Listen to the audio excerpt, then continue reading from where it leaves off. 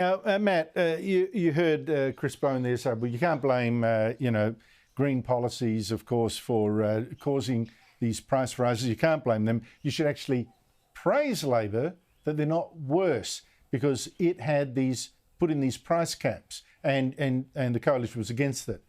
These price caps, in my opinion, whatever short-term good they might have done for the price rises, long-term, they're going to make things worse. What's your view? Well, even on that first metric, Andrew, the price caps have failed. If you read the AER's, the Australian Energy Regulator's draft determination data, they've got some very, very loose words saying that, prices fell after the intervention measures were first publicly mooted. And the AER's running defence for the government here using the terms publicly mooted because actually what happened after the massive intervention was announced in mid-December last year, something that was totally unexpected, electricity forward prices actually increased.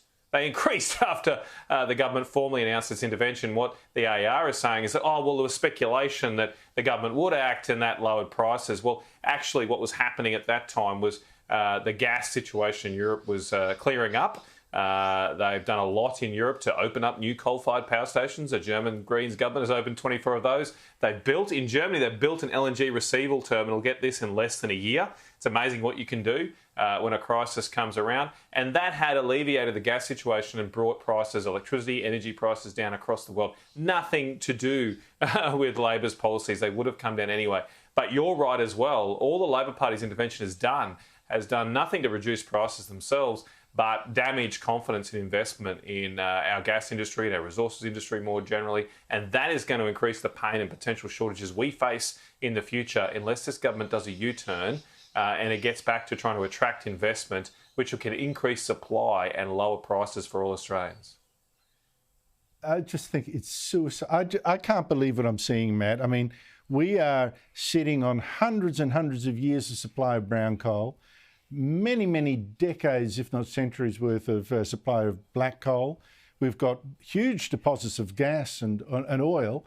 And of all those things, and uranium, this government says we can't use any of this long term for our own electricity. I mean, I've never seen an act of collective suicide, economic suicide, in my life. Now, about the last factor I mentioned, why does the Albanese government think nuclear power is good for our sailors but bad for everyone else? Well, it is going to be the ultimate irony that we'll have potentially 5 Virginia-class nuclear reactors sailing around our coastlines, docking in our harbours over the next decade, but we can't run an extension cord to those reactors and keep the lights on in mainland Australia. Funnily enough, perhaps the brightest place in this country in the next decade will be 20,000 leagues under the sea in one of these submarines. And they'll still have electricity. They'll have reliable electricity. The rest of us will be just saying our prayers, hoping the weather is kind enough to us to allow us to keep our dishwasher on. We are rolling the dice here, but this opens the door because not only are we getting the nuclear reactors, Andrew, we're also getting a high-level nuclear waste dump. We've got to do that. That's part of this announcement. And even the Labor left are saying, it's okay now. We can do that.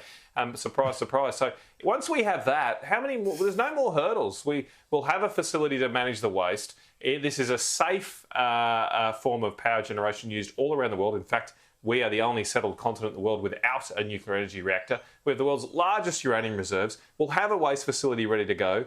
Let's just do it. It's so strange. You raise a point there. So, Matt, if I get this right, a nuclear sub docks in Red Victoria, in Red Melbourne, right? Nuclear power is banned, obviously. And the sailors cleaning the hull take out a boombox with an extension cord back to their sub. Have they broken the law? I'd need to get some advice, Andrew, but potentially you're not allowed to use nuclear energy to supply electricity in this country. It's banned. So, but this just highlights the complete stupidity of this. Hopefully, I think the Australian people are waking up, and eventually that pressure will bear on elections and politicians, and even recalcitrants like Anthony Albanese, who marched against nuclear energy a generation ago, will possibly start to see the light, given the groundswell, I think, of opinion that is changing on this issue. Matt Canavan, always a pleasure talking to you. I feel like I've had a little shower of common sense in a world that's gone crazy. Thank you so much for your time. Really appreciate it.